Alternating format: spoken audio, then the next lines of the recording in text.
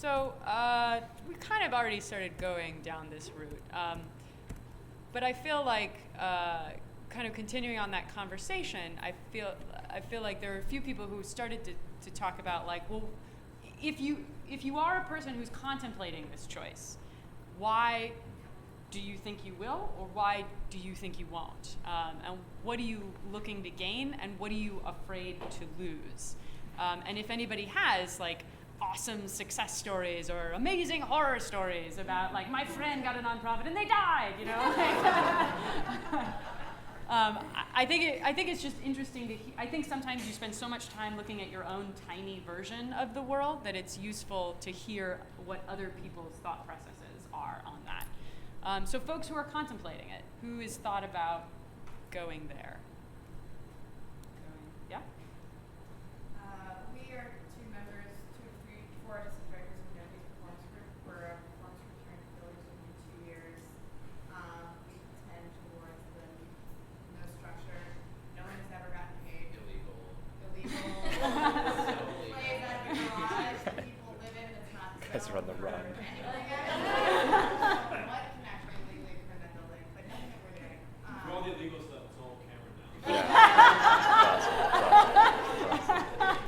We can blur out your face. Yeah, it's okay. we'll give you Black box here. Yep. Yeah.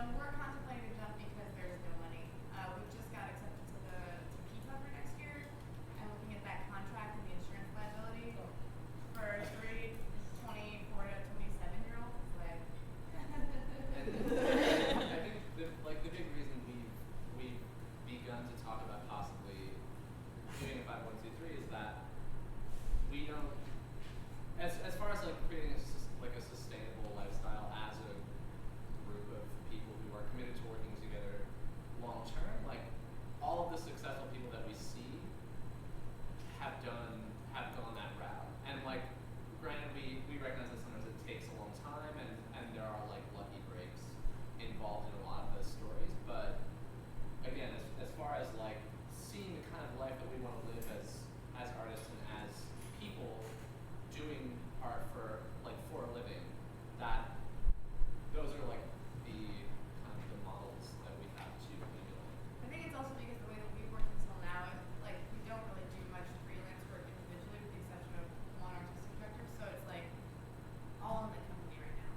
Like the only place that I direct for is No Face Performance Group. Emerson people that Mark acts for is No Face Performance Group.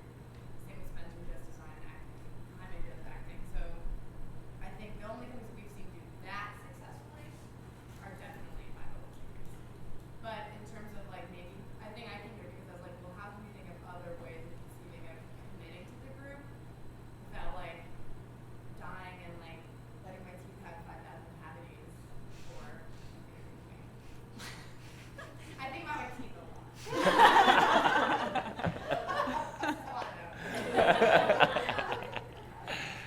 Well, let me ask those of you who, can I just ask real quick, you do the financial fiscal sponsorship through Fractured Atoms.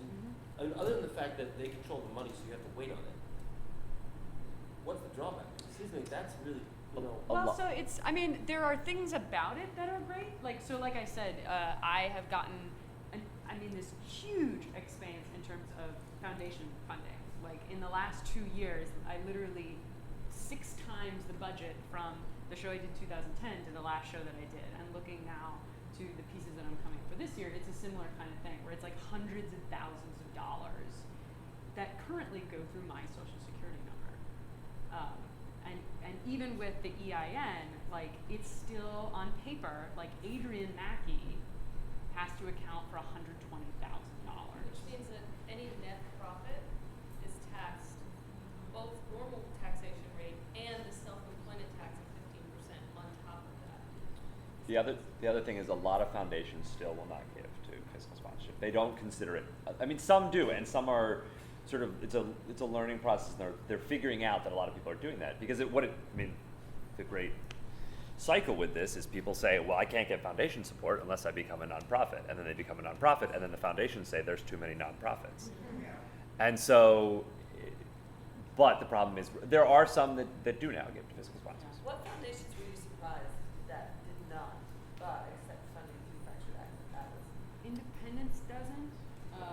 William Penn TI will not for a company. You can Right. apply as a Right. solo artist. But Right. if you're anything really outside of very stringent guidelines, and I've run into that a lot, it's just it's a Yeah. continual Yeah. struggle for me to convince them that I can be called an individual artist. Why? Because I'm a director, I'm not an actor. It was created for, more or less it was created for solo shows. That's kind of what it was created for. I mean, it's been a long conversation. It's like a 4 or 5 year conversation Right. that I've been having, Right. and consistently inviting you to work on. And the other thing, just to follow up on what Seth said, is all of the budgeting, all of the accounting, like all of those receipts that have to get entered, like all of that stuff is me. So like when I go home from rehearsal, like I'm sitting there like, do I have time to like look at the credit card statement and like enter Philadelphia Theatrical Supply, you know? And so all of that, every single grant that gets written, like that's all time that is just what I spend every day doing. Yeah. No. No, and I don't think that nonprofit necessarily solves the problem, but it's one structure that helps. It's a much harder thing to hire somebody to Adrian Mackey. I feel like. I mean, that's at least my experience right now. Is that It's a little bit Yeah. more administrative work. The other problem with having a nonprofit now is it's very difficult to get money for general operating support, which is the money that would support your staff. Yeah. And right now, foundations are cutting back on general operating support, or they give a very small percentage of a grant to general operating support. So you can be in a situation where you get lots of money for a project, and then $5,000 of a $100,000 grant is for general operating support. It's like, well, how do we do that? That's a catch-22, right? Because they also, just with working with RAP for the last year, trying to get a strategic plan together with like little to no administrative support for the season, let alone the strategic plan, like, or action being the plan.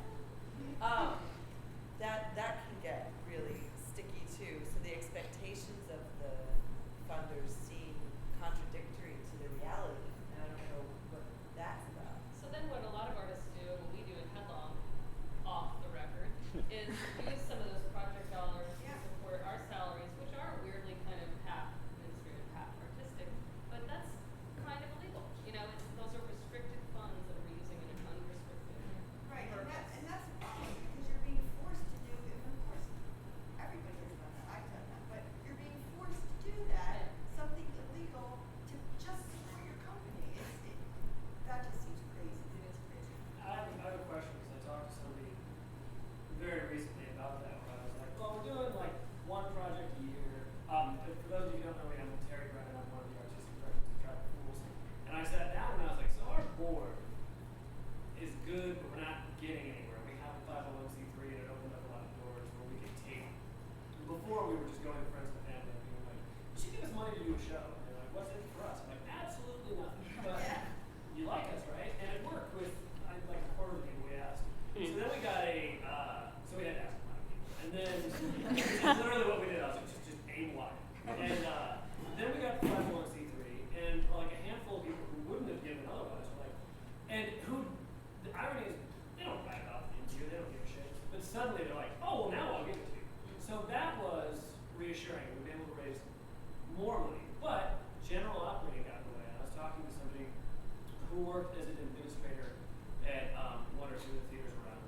And I don't know the legality of what he said, but he was like, well, just write it into your budget. Say that this show needs the following things and put that in your grant application. And I was like, is that okay? He's like, oh, we've done it, and they give us grants for it. And then we say, well, we told you ahead of time that we needed a general manager for this project. And we needed like this for this project.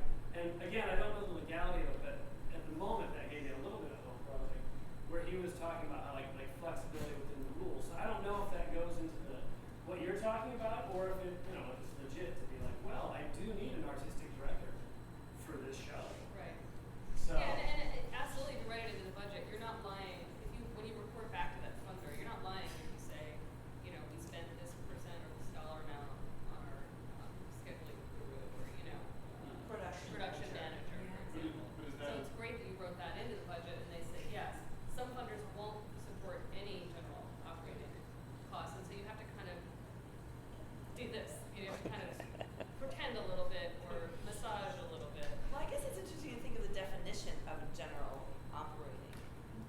budget, like what goes in there, what doesn't. Would a production manager for a specific project, that seems to me like necessary staff to make the production Sure. happen. And it's not necessarily someone who's sitting in an office day to day making sure your emails are answered. So, I don't know, like, I guess that has always been a little unclear to me, like what is considered for the overall general operating of the company versus the art making. And that's actually a really interesting point. And I think it actually speaks to the thing that Anna said a second ago, which I've been like stewing on in my brain here, is that one of the things that I feel like I've been really confronting in the past few years is that I like to make 1 or 2 things a year. And like I really don't want to do more than that.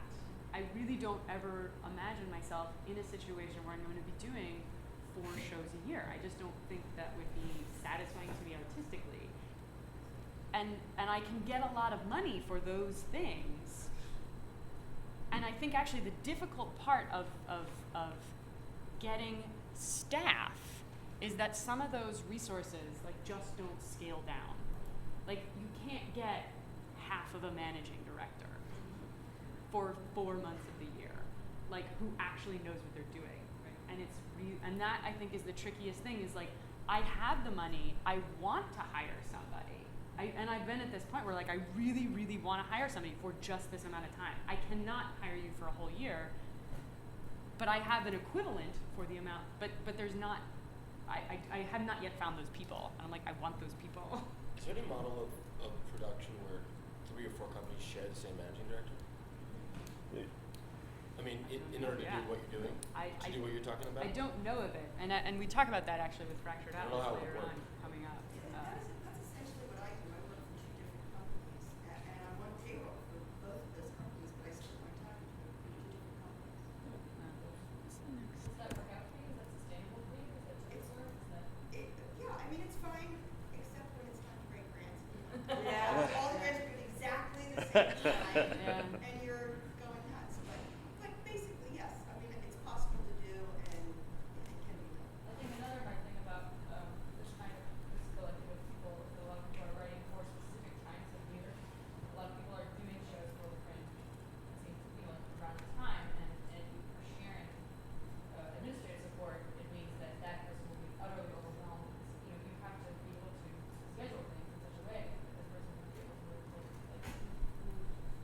It kind of leads to the next question we were thinking about, which is just like, what would your ideal administrative structure be? Like, assuming the world is not like millions of dollars for everybody, but you know, how this has been the thing that Brad and I have been spending a lot of time is just asking ourselves, like, if we didn't have to be reactive to the world, if we actually wanted to say, like, I'm going to imagine a structure, I'm going to figure out a way to make it, like, what would that even look like? And, like, how many hours a day could I spend doing administration? Like, 90% is not the answer, but, like, what is the percent that would feel doable? So I'm interested to know, like, if folks have a sense of what that would be, or if they have a sense of the gap between what they are doing and where they could land. I feel like it sort of changes throughout the course of a production. If you're thinking about just doing like 1 to 2 projects a year, it seems like there's this, I don't know, there's a ratio that kind of happens as you get closer to production time where I felt like when I produced my own work, Blue Live Arts Festival, I could put in a lot of hours and feel pretty good about it, more maybe like 60% administrative pre-production stuff that actually helped me think through. Writing about what I wanted the show to do helped me once I got in the studio. So that was useful, and then it's like once you hit crunch time, that month before or however long the process is, that you can shift it somehow so that it's suddenly now more, you know, whatever. It's just reversed. Yeah. And that someone else could be brought on, say a production manager, to pick up the slack when you have to focus and not be looking from the audience as to how many people are walking through the door, you know, looking at the stage. I feel like that's a structure I can handle if it was time sensitive. Yeah, Yeah, I mean, and I don't think that anybody thinks they're never going to have to do any administrative work. I think it just feels like what's actually doable. There's companies like My Part-Time Controller or stuff like that that are allowed you to hire someone to do administrative tasks for you, financial administrative tasks. Not for small. Well, yeah, I don't know if there is anything. They start at like 200, 250,000. I mean, how, so I mean, it doesn't are small. There's volunteer lawyers in arts, but that's relatively small. Fractured Atlas does offer a lot. I mean, Yeah. they do offer, like, if you guys have liability insurance, I get liability insurance, and it's not that expensive at all.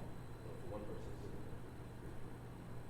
Does anybody actually outsource stuff right now? Is there anybody who does pay people to do work for them? Well, I'm wearing different hats here too, so, thank you. I know, even though BRAT is a nonprofit, we've had a really hard time getting general operating money to hire the staff we need for marketing, so we have outsourced marketing people. And honestly, I mean, of course, there's no point making the art if you can't sell it, so, or tell people about it. So that's been a tough priority that we've had to make. And also just finding help prioritizing things has been tricky too, but that's sort of what we've outsourced, and then hopefully we're going to outsource the strategic planner to come and help us prioritize what else we need to outsource. Because we don't have the money to pay people full time. Yeah. And they're paid like hourly, right? No, sometimes it's, yeah, I guess marketing has been paid hourly, but he gives us sort of an outline of what he's anticipating and has donated money to us in the end, hours to us in the end. Tribe Tools outsources publicity, but in the last show we did, that changed from a fee that we paid to like fee plus barter, because the amount of work the person was doing, we couldn't afford to pay her to do all that, so we had to come to a conclusion. And when we do the shows we're doing next year, we'll probably have to renegotiate. But we found it was helpful because we got way more people than we would have gotten when we were doing it on our own. And when I went to the board about budget, somebody was like, "This is a big chunk." I'm like, "You want to get them in the door?" I'm like, "We can't get them in the door. This woman sold us out 2 shows in a row. Like, let's find money to pay her again." But finding money is a very difficult process. Does anybody outsource development?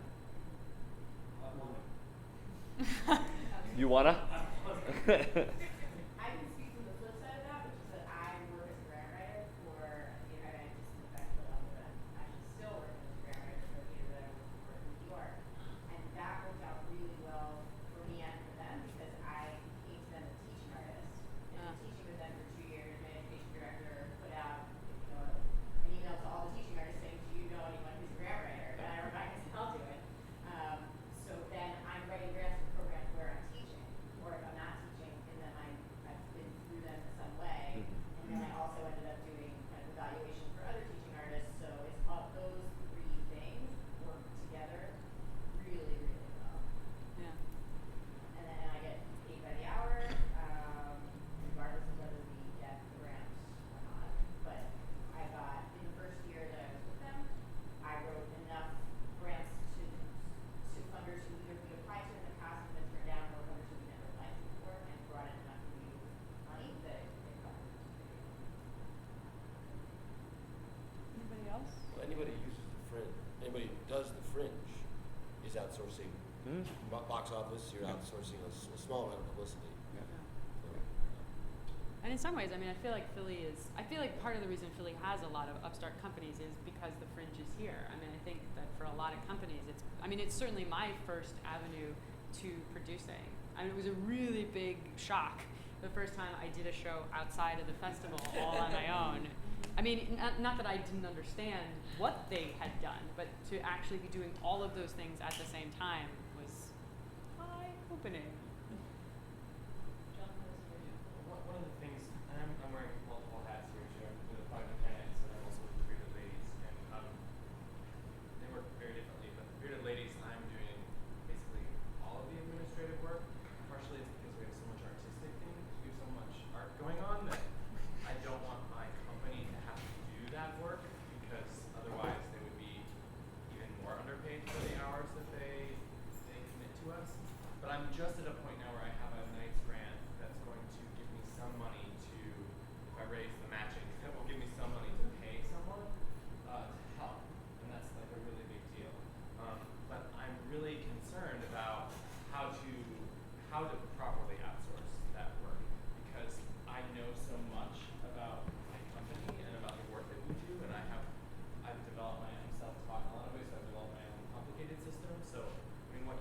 about over there. I didn't catch your name.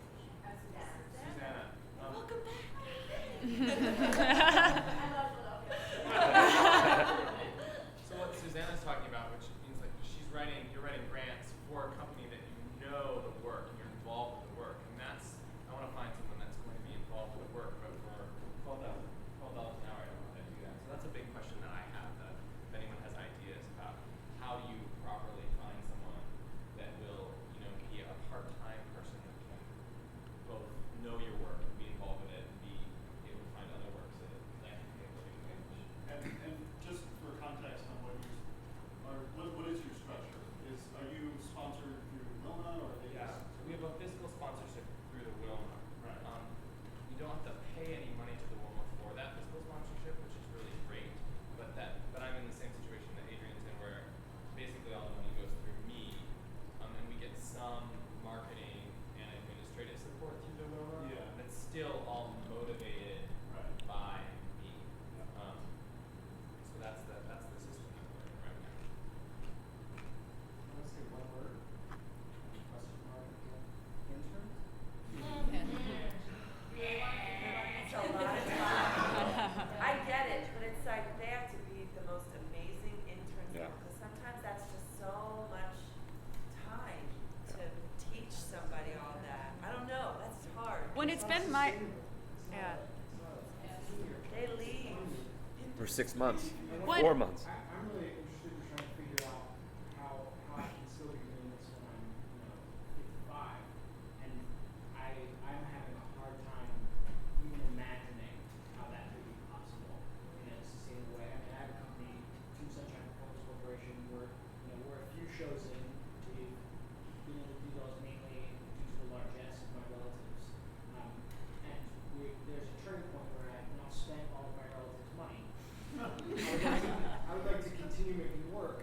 My company is three. We're actually excellent administrators, and we love it. We're very good at it. We're really good administrators, but we don't have any money, and we all have to do other jobs to be able to donate our time. So there's this turning point where I need the money to get the money, and also I would like to do this when we're 25 years, and that concerns me very much because the intern is a short-term solution. Really, almost all of this is a short-term solution. Even being a 501c3 and having a bunch of money doesn't guarantee I can do it for 25 years. I'm still selling a product that nobody wants to pay for. So, which is maybe a different conversation. But so yeah, that's my reaction to the intern. Well, and you said you're great administrators. I think it's one of the things. It becomes actually, I think, sometimes a burden if you are somebody that can go into that brain space. That if you're somebody who can look at a budget sheet and you don't want to run screaming, I find the couple of times I've tried to invite other people to do stuff, I spend so much time correcting work that I just think I should have just done it myself. I look at an email, I'm like, you can't use 4 fonts. You can't use 4 fonts. And it's hard, and it's hard not to be really judgmental when people are donating their time, and you're like, that's horrible. I can't send that out. Well, but they're an internship, so they are learning. They are there to learn, not to use. Yeah. But I've had that experience with collaborative artists who are working on a process with me who just don't have, you know what I mean? For whatever reason, they just don't come from that place in the world, I was a chemistry major. I like numbers, but somebody may not. And I look at that and I'm like, what are you doing? And then I'm like, why are you mean? You're so mean. Also think to Ben's point and to Kevin's point is that the long-term sustainability question is almost a separate question. Yeah. I mean, it's related to 501c3 or not 501c3, but even with a 501c3, I mean, Andrew Simonette, one of my collaborators, always says, every year we have this moment in the year where we're trying to solve the year, and that never goes away. And I'm sure that's true for Peg Iron, and I'm sure that's true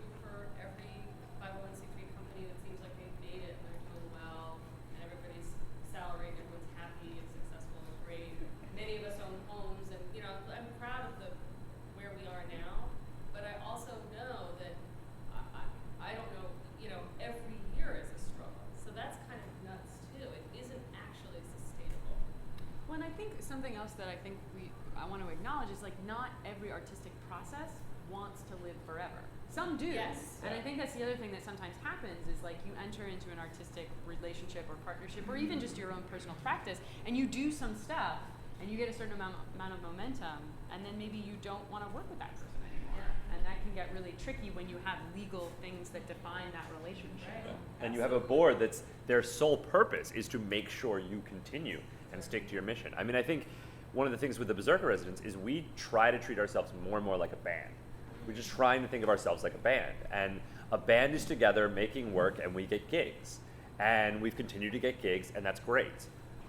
But if the time comes when the band needs to break up, that's fine. That's okay. That work has been done and you move on. But the moment you attach it as 501c3, it seems like it's this, well, that's forever. It's a mission. Yeah. You're becoming. Yeah. We're you're going to get to the becoming moon whether part you of like it the- or not. Yeah. Yeah. Right. Yeah. Then how do bands work? I mean, how do they structure their money? I mean, that's very much, that's very much, I mean, yeah. Why don't you talk to us, David? Testify. How Yeah. do bands work?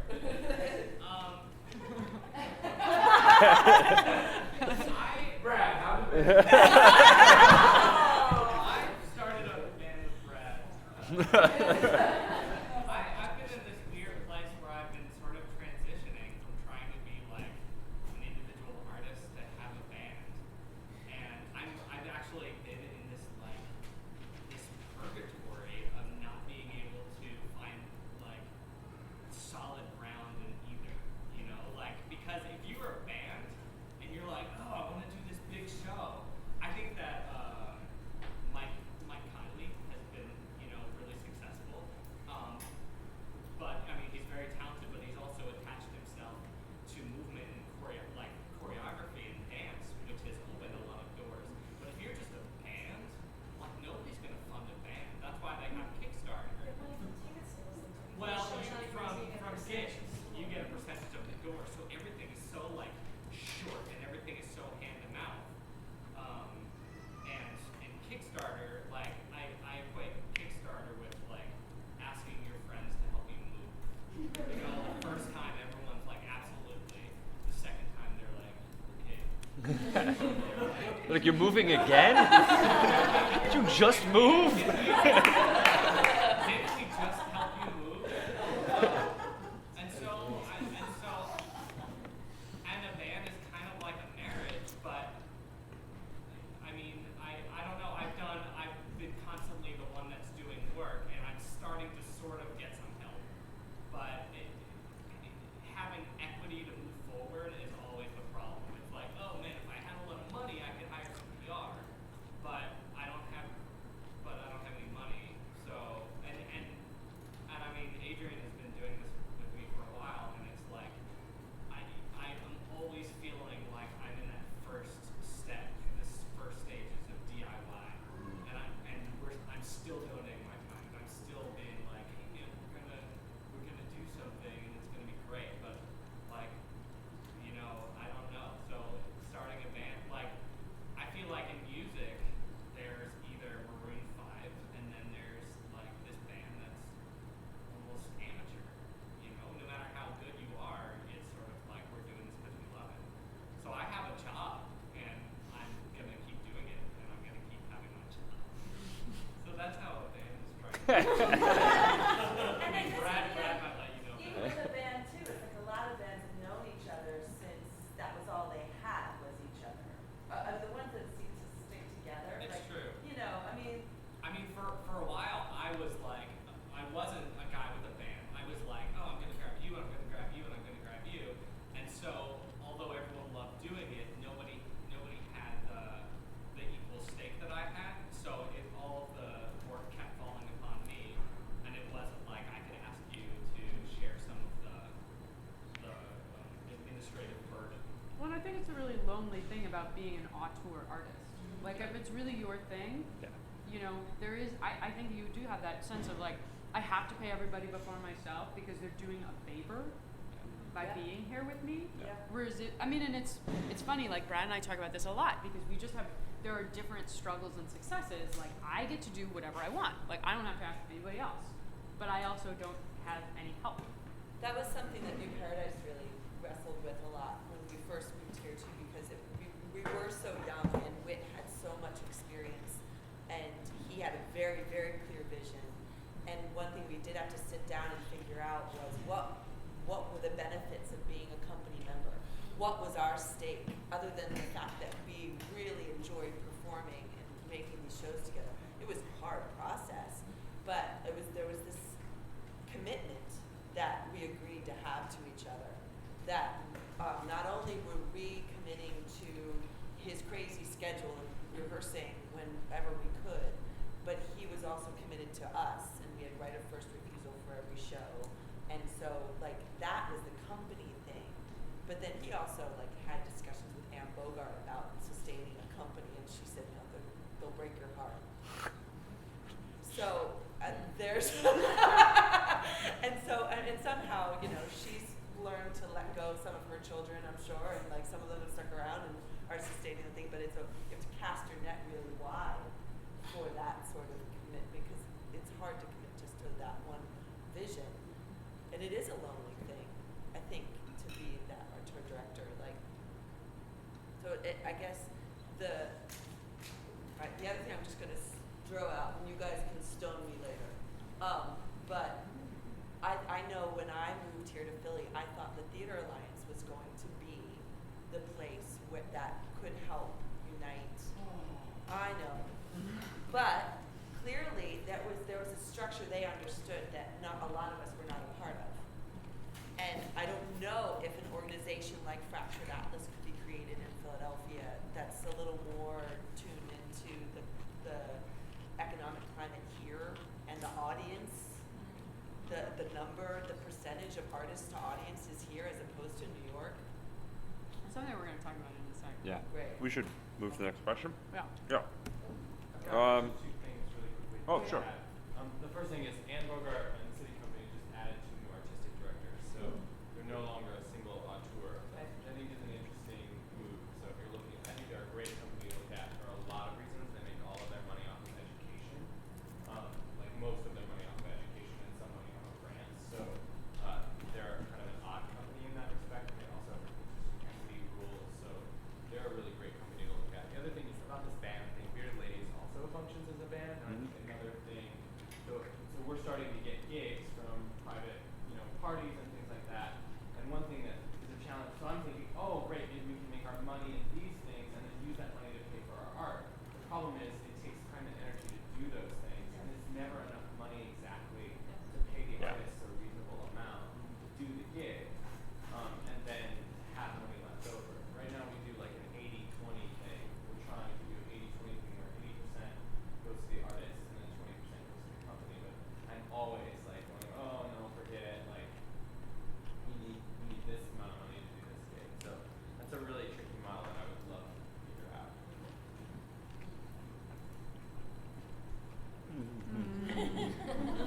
All right, so let's talk a little bit about funding. Haha. We've touched on it. I think we've covered some of this stuff, but this is just something we're interested in. Where does your money come from? Where do you want it to come from? Is there anything other than funding opportunities that drives you to become a nonprofit? And that's a question I'm really interested in. Is there another reason to become a nonprofit other than that's who the funders give to? I mean, for us, that's the chief thing. The only reason we're considering 5123 is because the types and the amounts of grants that, again, ideally we'd like to be getting in 10 years come from those large foundation sources.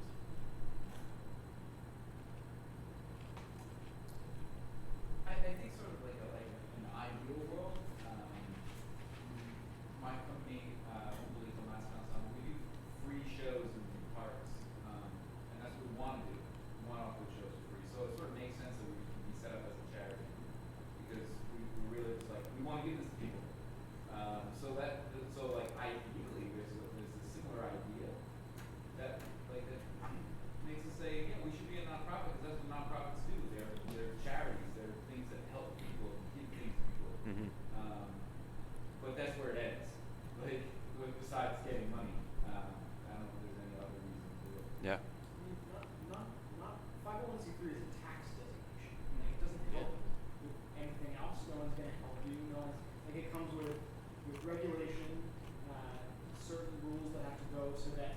people can prove that certain money is being overseen in certain ways, and that's it. And those rules are set up to protect that money.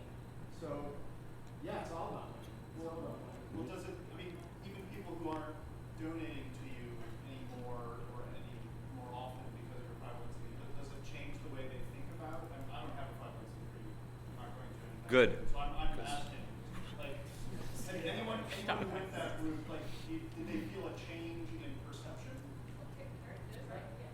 I am more legitimate among Right, That's what that original article this is all based on talks about. So that's what people see as what you do when you have a theater company. That makes you legit. But it didn't change much in how it's done.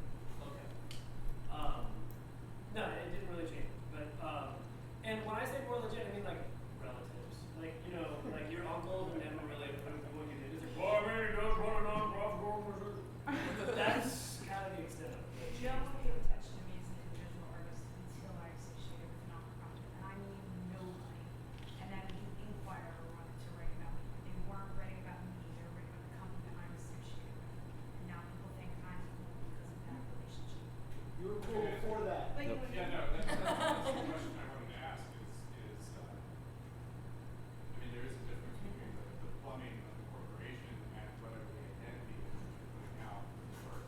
And, you know, it's common amongst many people in this room where there's a name that gets made. Mhm. It sort of substantiates a practice, other than the person behind the practice, that the Inquirer can write about because they can name a name, right?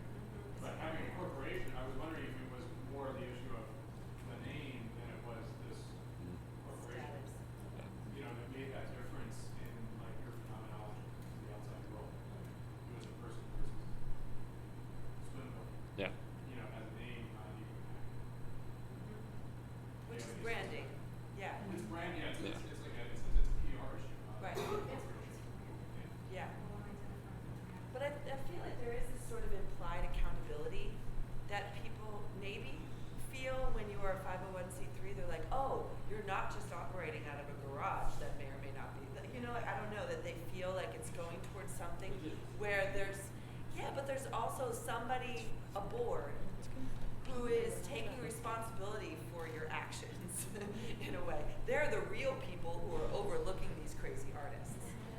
I mean, and I guess that's a question then I have, is like, and it's the thing that I consistently feel like I keep bumping up against, is there are a lot of people that are like, just go nonprofit, and they're like, it doesn't have to change anything. And they're like, it you know, like you can get the board and they can have like relatively low impact on your life, and for me that's like a huge scary thing. This idea that like on paper somebody else is in charge of my work, and I hear a lot of people say like, well, it doesn't have to be that way. You can get a board and they don't have to be that way. And I'm like, but on paper, they have the final say. Many companies, just the company members are on the board, like something's fine. I mean, But even Yeah. still, it's just like there's something about the philosophical implications of what that means that to me is like really hard to. It's a Well, hard pill to swallow. But it's also about choosing your board really carefully. I mean, almost to the effect where I know we're coming up we came up against an issue at Brad where the board was almost too much just cheerleaders. They were like, go do it, go, go, go, we love what you do, go do it. And there was very little fiscal accountability for years where they weren't like really checking to see how we were doing it. She's like, yeah, go, do it, we love you, go. So it's like it's tricky in that way, that you have to know what you need from your board. And if it is more of a hands-off thing, then yeah, it is about choosing I think. But it's like casting. It's like casting your show. I mean, the philosophical issue is very open. For, you know, board is for nonprofit by definition for volunteers. I mean, we do it, and we pay for the person not paid.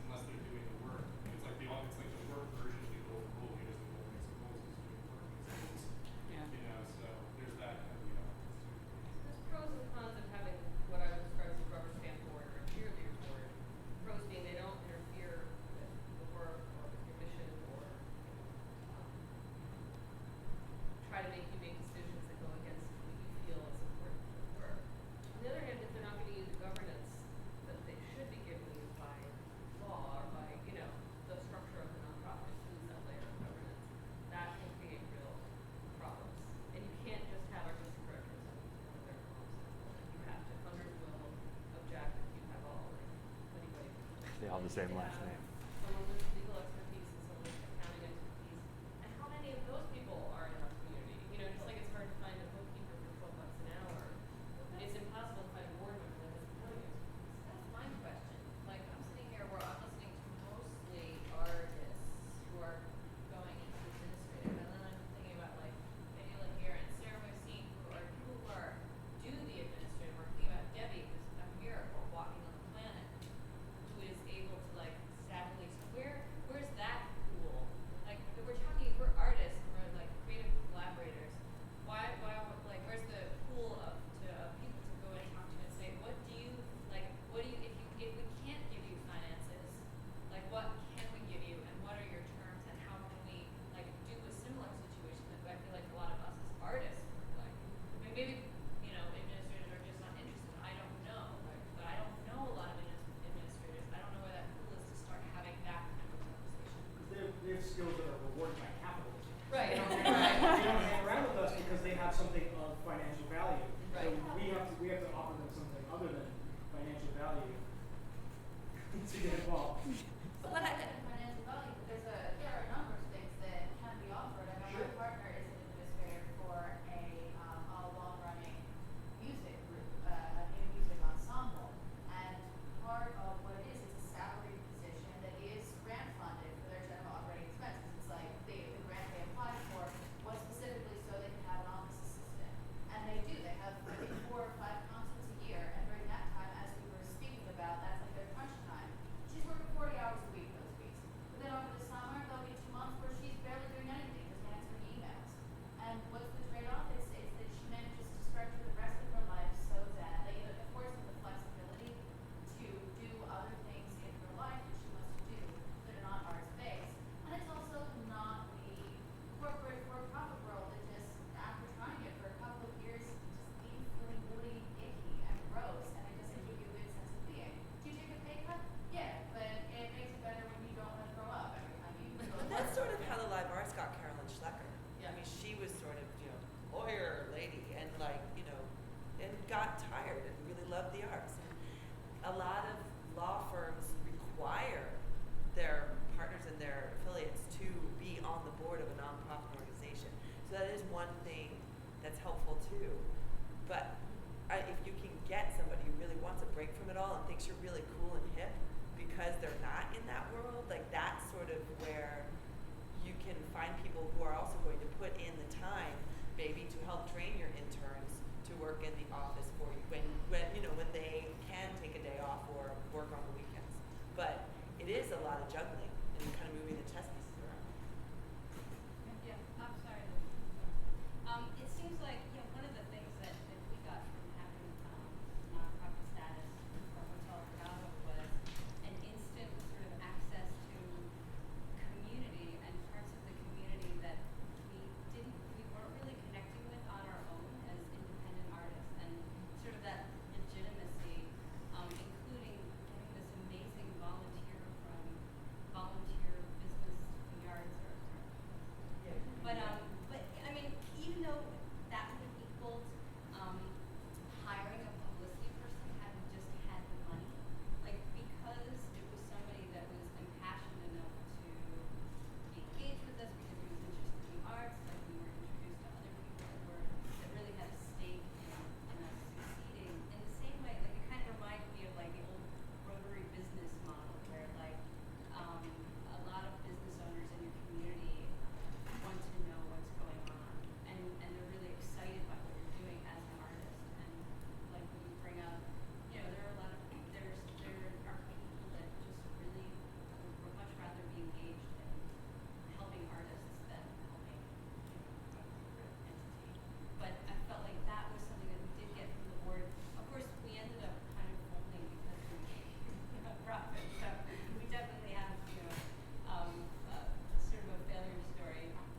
But we really did get something from that aspect of like having a board that wouldn't have been involved unless we were 501c3. I wonder in this. Oh, go ahead. I think it's really interesting. Sorry, I don't know your name. Say nice to Bela. Jenna. Jenna. Oh, hi Jenna. Hi. So that missing link that is the kind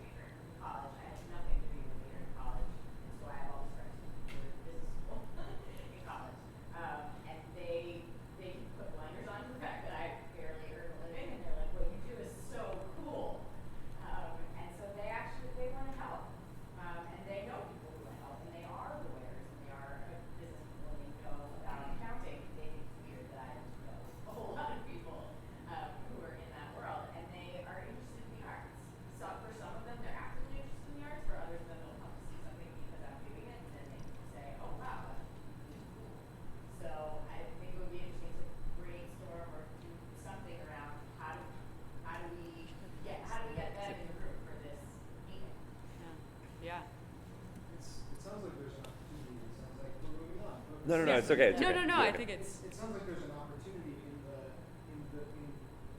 something that had the fiscal advantages, the fiscal sponsorship, of the identity advantages, the legitimacy advantages of 501c3. Because I don't want to be a 501c3, but I want people to think I'm legit. And I'm willing to do what I need to make people think I'm legit. So that Legit, there's a missing yeah. step. Legit, and to get hooked into these people that do really specific things that maybe we don't want to do, which kind of goes to the thing that we were about to jump to, which is I think one of the things that I find the most difficult is like I don't love entering receipts, but like I can do that. What gets really scary to me is when I have to do things that require really specialized, specific knowledge that can have really big real-world ramifications. So like taxes, legal, bookkeeping, like these are things that make me afraid. Not because I'm stupid, but because I just never got taught how to do it. And I'm really interested to know how, like, where people are in the world, both nonprofit and like hybrid or individual artist models. Like, what do you do about stuff like that? Hire Amy Smith. But there's one Amy Smith, you know? Like, No, not just like 3 or 4. Too small. There's the Yeah. pool of us is too small. People that have that specialized knowledge. I can tell you as an individual, I'm sorry. Oh, it's okay. Go ahead, and then you. This might be helpful to no one or to one person, and even if it's only one of you, that would be great. But Drexel University has an arts administration graduate program, and those graduates have nowhere to go once they leave because baby boomers are not retiring. And call them up. Go make some friends at the arts administration program. If they can help you get that on their resume, you know, everybody wins. It just seems like there are connections that are begging to be made that can be made. Sarah. I guess I'm sitting here wishing, like, in my dream world in my mind, I guess I'm hoping and wishing that there's a way to create some sort of resource in this city where the Philadelphia Artists Collective, for example, like if we don't know a Drexel grad of the arts admin program, but we need, 40 hours of bookkeeping help over the next 6 months. Is there a website I can go to help me find somebody to help me do that, or to find Susanna, who's an incredible grant maker who I maybe don't know? Do you know what I mean? Like, I'm really wishing we had that resource because I'm also feeling like there are so many of those skills that exist in this room and outside of this room because so many of us are self-taught in so many different ways.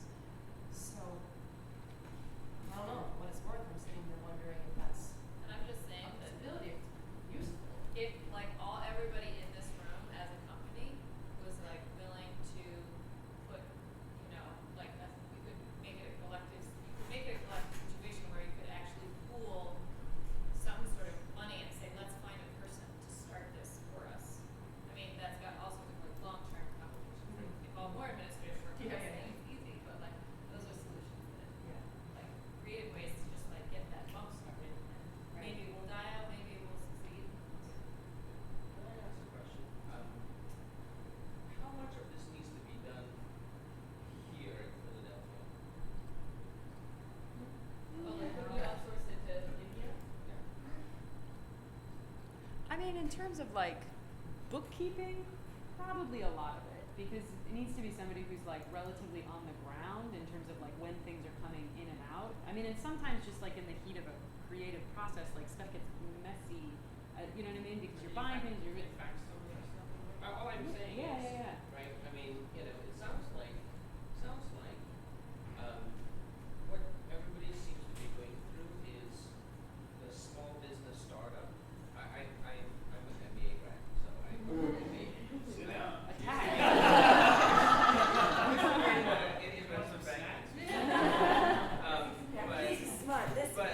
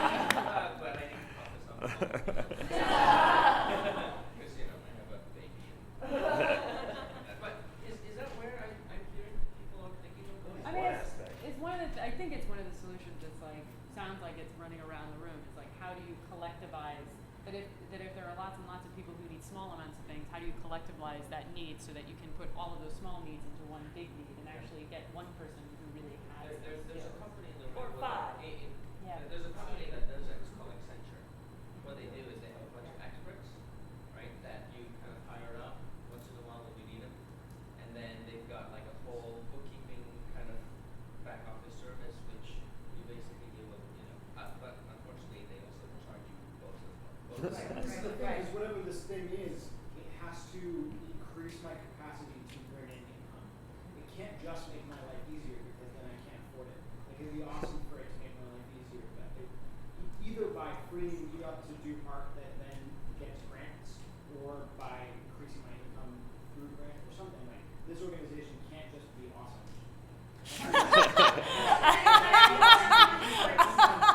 And I feel like it has to sort of already, I don't know, be connected to what is happening in Philadelphia. I mean, this is where I wonder if like the theater community can kind of latch on with tourism, with the like Go Philadelphia and all those things. Like, I feel like that's, if the Theater Alliance couldn't help us, then, or couldn't help itself, like, is it Go Phila, or is it somebody else who already has sort of a high profile and has access to all of these people who are sort of experts in a way, the larger community. I mean, that's the other problem too, is that we like go to parties with each other, and we go to each other's fundraisers and pass the same $15 back and forth to each other, and it's like, we need to kind of look outside of our lovely Philadelphia community of theater people and see who else is out there who thinks we're. Yeah, I mean, I think one of the things that there are a lot of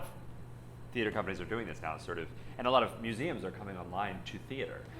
We just sat down, we're doing a show at the Academy of Natural Sciences in October, and we sat down with them, and it's always this thing when you approach an organization like that, you're kind of like, you take yourself really seriously, and I'm probably not good enough for you, but you come up to them and we just sat down with them, and we proposed a whole bunch of crazy ideas, just things that would like, big, huge things, and they were like, that's amazing. We'll help you write the development for that, because that we can pilot a program that's like no other program in the nation.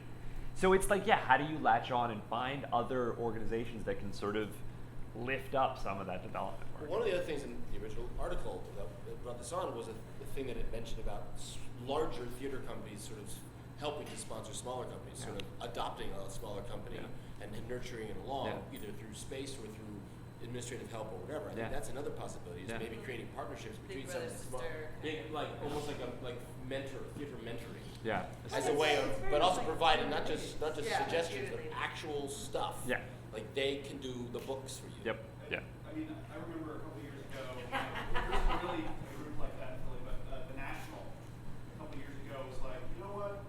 We're going to do the box office and like the legal departments for all the theaters in London. I might be exaggerating or paraphrasing, but because it was a rounding error for them.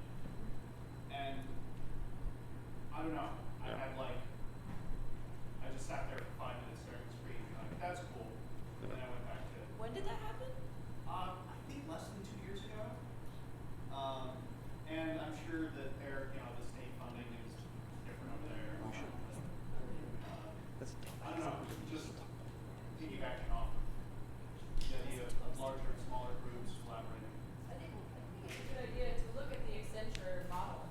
Ben was saying like it should also be an organization that would help propel individual companies forward. Part of what Accenture does is they come in and they're like, well, like they look at the structure of the way you're running things, and then they're like, well, what are your goals? And you set your goals, and they're like, well, this model does not incorporate those goals. We're going to change your company and make a model, and you are the client. And you, the client, receive a service of creating a model that will be sustainable. And if that doesn't work out, they fail. Accenture fails. They want you to succeed. And whether it's like making something that's like Accenture or finding a foundation that would be willing to have Accenture affiliate or whatever. You know what I mean? Like I think that is a really good model because they make folks tons of money because they make things that work, not because they make things that fail. That's a night art challenge grant. That's Yes. absolutely Yeah. Totally. Yes. Yeah. Just make it sound awesome. Dibs. Yeah, do it. We'll all do it. One of us will get through. Yeah. Yeah. We're just gonna. Adrian and I did some research, and we went and talked to a bunch of companies. I think that's our next thing, right? Yeah. We went and talked to a bunch of companies not in Philly, just to sort of find out about. We just wanted to get some perspective of some people that are doing stuff, like some people that we liked their work. We were like, you seem to be successful at what you're doing. How do you do it? Yeah. So the first one we talked to is this. We talked to a small nonprofit, and they're called Vampire Cowboys. Yeah. They're based in well, they're actually based in Brooklyn. Their shows are produced in Manhattan. So the work they make there, Vampire Cowboys is an Obie Award-winning geek theater company. They create and produce new works of theater based in action and adventure and dark comedy with comic book aesthetic. They make about one piece a year. They do other sort of things, but they make one new piece a year. The piece they're working on now is called War is Fucking Awesome. They have two artistic staff. One is a writer primarily, and one is a director. And then they have one development staff member. Those are their primary staff members. Their shows sell out before they even open. They have such a rabid fan base that they sell out their shows before they even get to. Where are they playing? You know? In Manhattan. No, but like how big their houses are? Oh, it's that theater. Oh, it's, The the Brit? one I saw was a couple years ago. Oh. It was like in a storefront. Oh. Because they have, I know No, they don't have their small own space shows, but I anymore. just wonder They what did, but they don't. I think it's sort of like the house that Enjoy was in. Did you see Enjoy in New York? Anyone help me with that? Anyone? Like 100, something around there. Right. Not 1,000. Yeah. They're the only theater company at NYC's Comic-Con, which I thought was just cool.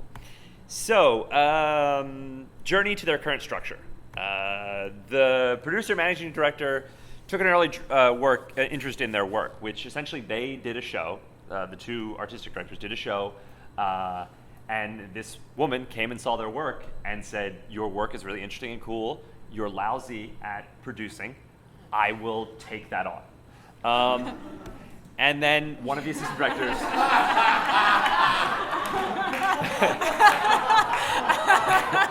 So that's what I did wrong. Yep. Married her, and she has a full-time other development job, but she also does all of their development and all of their administrative work. They work a lot with universities, so that sort of shoulders some of their administrative burden. They don't pay themselves. Which we were really surprised. Really surprised by. I was sort of blown away by that. And they don't plan to. One of their goals was for a while they had a goal of paying their managing director, but they have since abandoned that, and now they do not pay themselves. So they make all their money in other venues. So then they're technically not professionals. If- That's just call. I mean, that's cool, but I think a lot of people just want to be professionals. Yeah. It's interesting. They pay everyone else in the process. They pay all their actors, they pay all their designers, they pay exorbitant fees to rent their space. Yeah, Jeffrey. Do they, by saying they don't get paid, even like when they're involved in the project? They do not get paid. They get paid. They pay themselves to like do the creative work. Yeah. So like if like Robert Ross Parker pays himself to be the director, but they don't pay themselves for any of their They acting. don't pay anything. Yeah, and so like they do one show a year, That's- so they do one show a year, so he's just getting paid for like those 2 months. Gotcha. And the rest of the time he's doing administrative work. So this is just some interesting points that we took away from our talk with them. They had a space, which I think this is something so vital, and I think we talk about it in another thing too. They had a space for a while, it was working for them, but then it stopped working, and so they got rid of it. And too many companies, I feel like, latch onto spaces as their identity, and then they go down with the ship. And also, I feel like spaces are just an enormous resource drain. In talking to him, I asked him, "Why did you become a nonprofit?" And he said, "I don't know," and which to me kind of said, development made the decision, and he is allowed to do the artistic, which was kind of, I was sort of like, well, how do you not know? How did you not? We're not involved in that decision. But truly, he's doing his job in the artistic, and she's doing her job in the development, which I thought was cool. One more thing that's kind of interesting thing that I didn't put on here was that they work with a set of performers, and they worked with a set of performers for a while. But their performers are getting higher and higher grade jobs, and now they've sort of been unable to work with the core that they were working with once because their collaborators can just get better work now. Yeah. Cool. Cool. So Yeah, let me move back. I chatted with an individual artist. Some of you probably know her.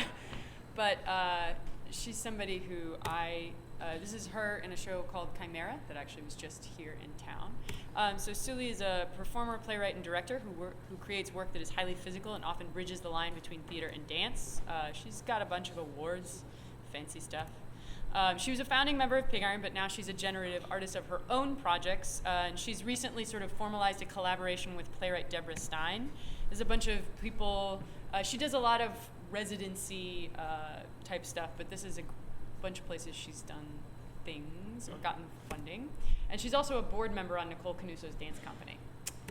There she is. So when I was talking to her, she said that she's just formalizing this partnership and she's on track to nonprofit, although they don't have a specific plan or timeline. And that which she said she really wants to create a platform to create and perform her works. And so I said, well, why head to nonprofit? And she said funding. She also said that it depends a lot on the city, and she said in her experience, Philadelphia especially seems very company-focused in the way that funding works. She said that if the funding in NYC was like Philly, even more people would move towards nonprofit model, which I think is really interesting thinking about the local level. And she said that this last year, while she was a resident artist at Here, that she had a lot of people who were really, really adamant that individual artist is the best way to make art. She said those were mostly writers, and that there are a lot of grants for playwrights. And then she said there are no grants for performers. So in talking to her about like what kind of structure she's looking at in this kind of like small partnership model, she said it would be great to have someone else, and in that context, meaning somebody who could help with the admin stuff, because right now it's all unpaid, and as the needs arise, we rise to meet them. She said she's not in a rush, but expects that it'll happen eventually. And actually, this was something that I was surprised by. She said being on Nicole's board, she really said that it was interesting to watch Nicole learn how to use her board, and that as an individual and as a tiny company, having that relationship is really useful, which kind of speaks to what Dawn was saying, that it really gave her a sense of community around her work. And that as a board member, it's very clear that Nicole is the locus of power. Although she did say kind of in passing, like you could definitely get a crazy person on the board. And she also stressed this idea of a big dividing line between companies that end up with a space and those that don't. And then we ended up having a side conversation actually about LLC, because she is married to this guy, who is Trey Lyford, who works with Jeff Sobel in Rain Pan, which a lot of you are probably familiar with. They just did Elephant Room at Live Arts last year. So they're not 501c3, and I just started asking her some questions about them, and that they also go back and forth about it. They created one LLC for their first show, and then another one for the most recent show that they worked on, which was to funnel all of their earned income, and that they also have a fiscal sponsor for their contributed income. So they have two income stream sources. And she says it's a really nice thing because they can come and go. It's just them, and there's no relationship with a board. And she said they could go nonprofit because they were actually making money, and that there was work associated with it, but that they found it really ideal. It was something they fell into, and it's what happens when you have a show that hits, that's a big hit. But she said you just really can't rely on that. I also had a conversation with Eleanor Whitney at NYFA, which is the New York Foundation for the Arts, although despite what its name says, it is not. It is a national fiscal sponsor agency. That's their like blurb, blah, blah, blah. So from what she said, they have like three big areas. They have like grants and fiscal sponsorship. They have like this online resource database, and then they have professional development training. And she says that NYFA works with about 700 artists and about 100 emerging organizations. And they've been doing fiscal sponsorship pretty much longer than anybody else around. So for individuals, you can get some kind of a la carte business type stuff, like 1099s if you opt into it, light bookkeeping, but only for contributed income and no tax help. For emerging organizations, they have a bit more. You can get full bookkeeping. They become your bank account, payroll, It's much more personalized, but you have to incorporate at the state level at nonprofit. What constitutes an emerging organization as opposed to an individual artist? Nonprofitship at the state level, and then you apply. You have to incorporate. Mhm. Okay. So it's sort of like if you're a small organization that wants to make the partnership a little bit more formalized, they'll work with you sort of in that transition phase. And just some stuff she said that a lot of what they do is education, especially for artists that are individuals, that a lot of the people that the fiscal sponsorship program works with are not people who've done a lot of fundraising. It's really a professional development opportunity, and that many of their artists need more guidance and oversight when they're starting out. I mentioned this thing that I have encountered a lot working with Fractured Atlas is like, I feel like I'm always behind. I'm always fronting these large amounts of cash for things where I'm like, I just spent $1,000 of my money to buy all this stuff, and now I'm waiting to get things back. And she's like, that's actually our job. Is that in a lot of cases, it's the first time that people have had to account for things, and it's really about putting people into that practice forcibly, so that the lag is not intentional, but this sense of having to report to somebody is part of the process. I asked her if she thinks that fiscal sponsorship is a permanent solution, and she said she didn't know. She said that it really depends on the person and where you want to head. She said, I think the bigger question is, or she said, I think the big question is where do bigger funders stand on innovation? And that if you get to a certain point and you can't access certain kinds of funds that you would get as a nonprofit, that will drive whether or not people become nonprofits. So that if the funders shift where they put the funding, that may shift what people do. And we talked about this idea of time-sharing lawyers or bookkeepers or administrators. She was like, that sounds awesome. Not here. She talked a lot about how just for a lot of the legal reasons, that kind of stuff just has to be local. She said that she just didn't see that capability ever being possible at the national level. And I had, just FYI, I had a very, very similar conversation with Fractured Atlas, which is my own fiscal sponsor, and they pretty much said the same thing. They were like, that's great, lead the Philadelphia Revolution, but we're not going to do it. So yeah, thoughts, responses, solutions. Why don't we take a quick break? Yeah. Just pee break? Why don't we take a $5, and we'll come back. Take 5. And that's really helpful when we get excited about your one idea.